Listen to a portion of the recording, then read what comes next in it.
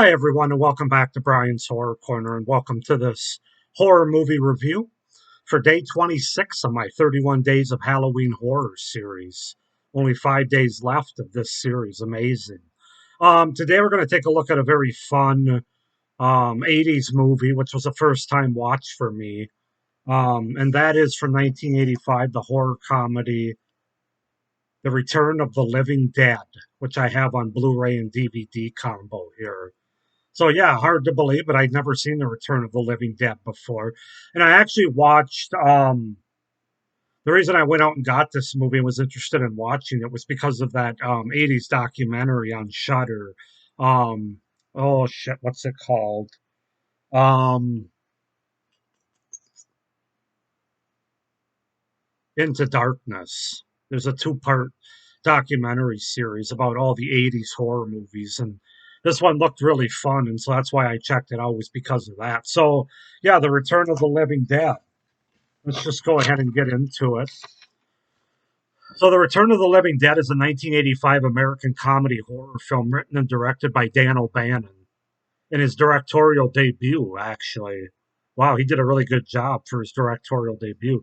The film tells the story of how a warehouse owner, accompanied by his two employees, mortician friend, and a group of teenage punks, deal with the accidental release of a horde of unkillable, brain hungry zombies onto an uns well, this is a mouthful. Onto an unsuspecting town. There we go. The film described as a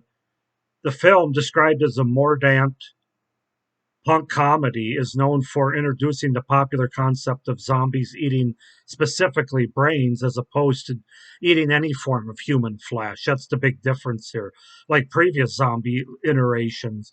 Furthermore, the movie is different from most other cinematic depictions of the living dead in that the zombies portrayed cannot be killed by a gunshot to the head. So yeah, so the movie opens on July 3rd, 1984 at the Uneeda Medical Supply Warehouse. Foreman Frank Johnson tries to impress new employee Freddie by showing him military drums of toxic gas called trioxin that wound up in the basement of the building due to a delivery error years before. While hitting the side of the drum to prove it's secure, Frank accidentally unleashes the toxic gas, which seemingly melts the cadaver inside and reanimates another cadaver stored in a meat locker. Joined by their boss Bert, the three try to kill the reanimated corpse by puncturing the brain, which does not work, then dismembering the body. They discover that every part of the zombie body can survive independently.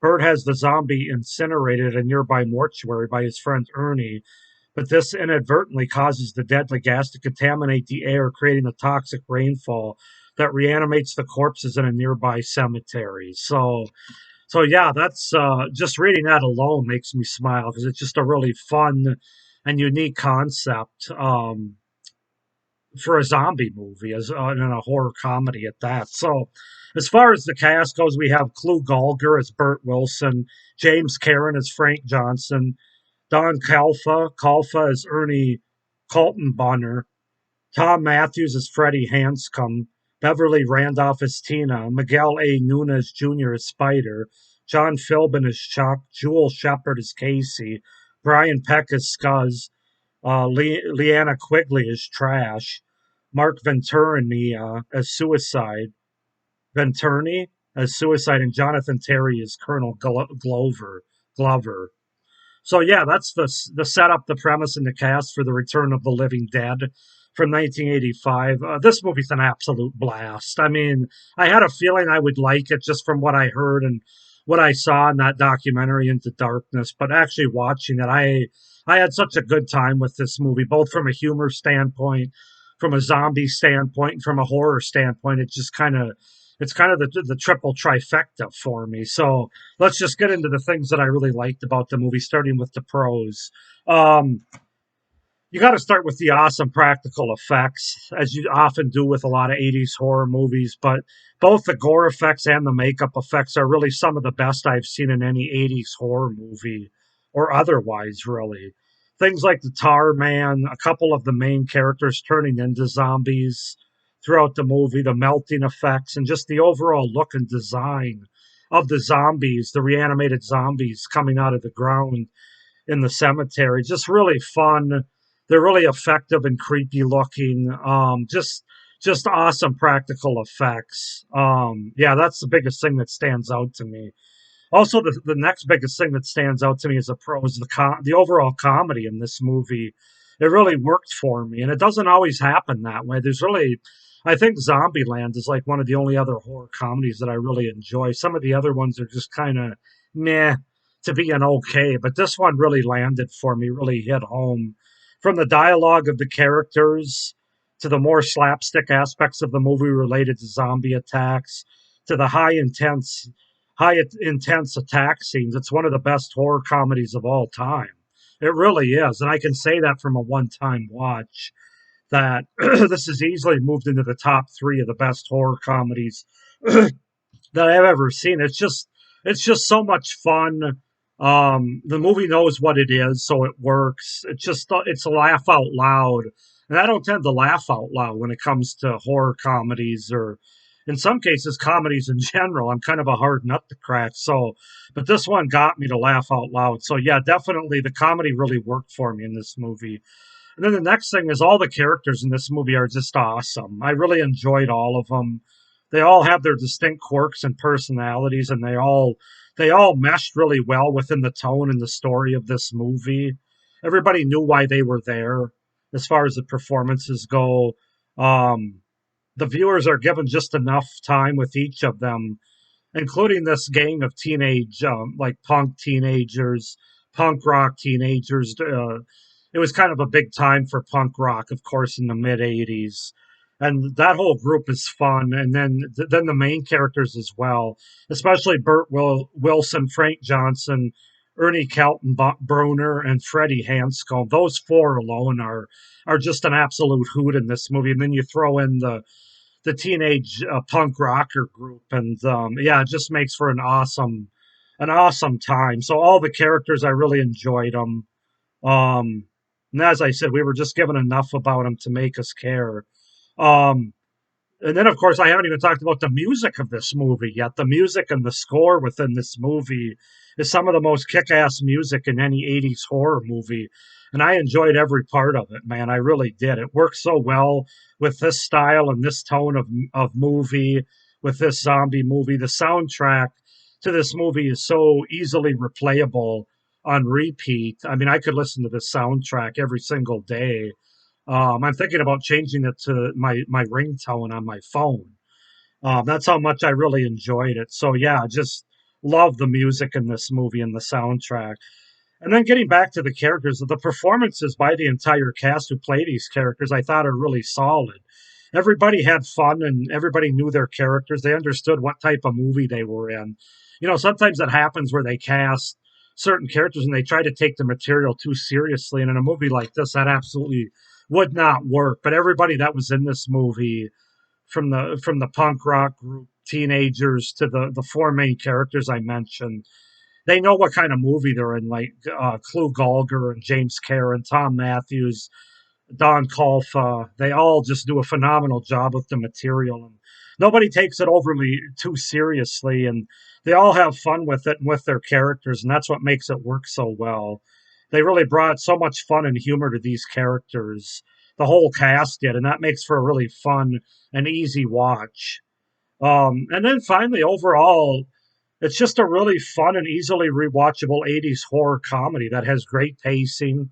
There's never a dull moment in this movie, and I love it, man. I absolutely love the Return of the Living Dead. It might be, I don't know if I'm ready to make this declaration yet, but it might be my favorite zombie movie of all the zombie movies, even whether it be Zombieland, the Romero movies, because I just love the look and the fact that these zombies can also talk, and can speak to where they're understood. There's one point where they tie down one of the zombies and ask him why they want to eat brains, and she basically says it takes the pain away.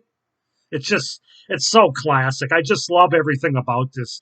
And if you know me, you know that zombie movies aren't, well, I like them. They're not like one of my top three subgenres of horror. But this movie, this is the exception. And I really enjoy the Romero movies and Zombieland and some other like Reanimator. Don't get me wrong, I like my zombie movies, but this one is going to be at the very top of that list, I think, for me going forward. I can say that off a one time watch. So that's my pros for the Return of the Living Dead. As far as cons go, I really only have two. One is kind of a personal one, I think. The other one I think has been brought up before, and that's the ending of this movie. It just wasn't quite as strong as I would have liked it to have been. It just felt it felt like the writers kind of wrote themselves into a corner with all these rules as it relates to these specific zombies in this movie. So they kind of took the easy way out with the final resolution and the final scenes of the movie. Again, it's not horrible, but I just would have liked a little bit more done, especially with these characters that survived the whole movie as opposed to what we get. I won't give it away what it is. If you've seen the movie, you kind of know that they basically just have to wipe everything out. I don't know. I just would have liked a little bit better ending than that. And then the other thing, which I've mentioned in some of my other reviews, even in this series, and they seem to do it with zombie movies quite a bit, is I'm again the whole military is bad, and the real enemies of the good people is the military or the government. This theme's just a little played out and a little preachy to me, especially during the 80s. The 70s and 80s really seemed to do this.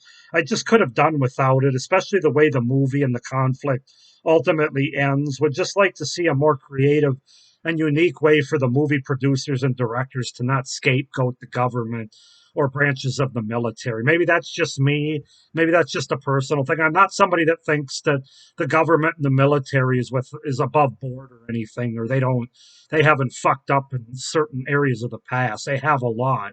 But from a movie standpoint, a creative standpoint, it just kind of gets a little old and it's a little bit played out. So I guess that's where I'm coming from with it. But other than that, guys, I couldn't think of any other cons because there really are no other cons with this movie. This is a fantastic horror comedy, a fantastic 80s movie, and a fantastic zombie movie and a zombie comedy movie. I absolutely love it. I'm going to give this movie a 9 out of 10. I thought about going even higher than that, but I am kind of bugged by the ending and those scapegoat tropes that I just mentioned in my cons. But 9 out of 10 for the Return of the Living Dead from 1985. I know there's some sequels as well. I have the second movie. I haven't watched it yet. I haven't seen or don't own the third or the fourth one, so you can comment down below if you think I should. Um, but yeah, 9 out of 10 for the Return of the Living Dead from 1985. Go ahead and comment down below, guys, on what you think of the Return of the Living Dead. Am I blowing my load a little too much on it? Do you like it as much as I do, or not? Comment down below. Please like this video and hit the little notification bell so you don't miss any of my final reviews for this series. And please be sure to subscribe to my channel so you don't miss any of my great horror content that I have coming up the rest of this year beyond this series, as well as the first few months of 2023. So, hope you enjoyed this movie review. Hope everybody's having a good October. And that's my review for day 26 of my 31 Days of Halloween Horror series. Stay scared. Bye.